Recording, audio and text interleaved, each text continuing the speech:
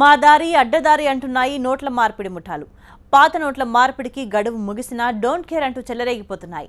విదేశాల్లో ఉండే వారికి కమిషన్ గాలం వేస్తూ దర్జాగా పాత నోట్లను ఎక్స్చేంజ్ చేస్తున్నారు.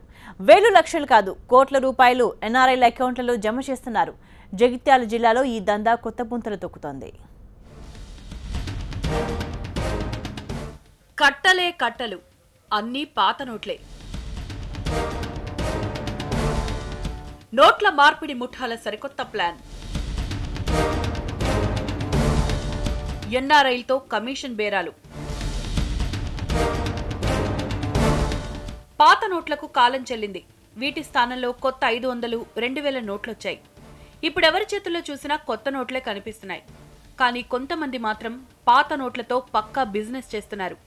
60% కమిషన్తో పాత నోట్లను మార్పిడి చేస్తున్నారు.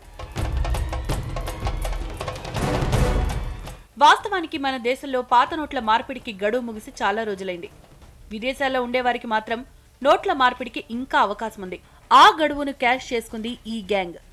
జగిత్యాల కొత్త జిల్లా కావడంతో ఇక్కడ భూముల ధరలు అమాంతం పెరిగాయి. దీంతో ఓల్డ్ కరెన్సీని రియల్ వ్యాపారంలో పెట్టుబడి పెట్టి క్యాష్ చేసుకోవాలని అనుకున్నారు. ఇందులో భాగంగా గల్ఫ్లో ఉండేవారికి కమిషన్ గాలం వేశారు. వారి అకౌంట్లలో పెద్ద మొత్తంలో నగదు వేసే క్రమంలో కాకీలకు అడ్డంగా దొరికిపారు.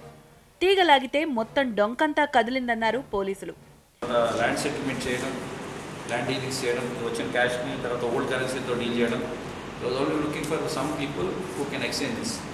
సో ఇన్ఫర్మేషన్ స్పెసిఫిక్గా పట్టుకోవడం జరిగింది. నిన్న మొత్తం 73.22 lakhs సీజ్ చేసాం. దానిలో కరెన్సీ నోట్స్ 1000 and 500 ఇవే ఉన్నాయి మెయిన్గా.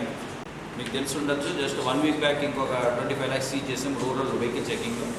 అంతకుముందు కూడా ఒక 2 months బ్యాక్ ఇంకో 25 lakhs సీజ్ చేసాం. దగ్గర ఈ మధ్యకాలంలో మేము 1.25 crores వరకు సీజ్ చేసాం. పోలీసుల విచారణలో దిమ్మ తిరిగే వాస్తవాలు బయటపడ్డాయి. వారం రోజుల్లోనే దాదాపు 1,30,00,000 పాత నోట్లను స్వాధీనం చేసుకున్నారు పోలీసులు. 6గురిని అరెస్టు చేసిన పోలీసులు వీరి నుంచి తపంచాతో పాటు ల్యాండ్ డాక్యుమెంట్లను సీజ్ చేశారు. ఎవరైనా సరే పాత నోట్లను తీసుకోవద్దని, ఒకవేళ తీసుకుంటే చట్టపరమైన చర్యలు తప్పవన్నారు పోలీసులు.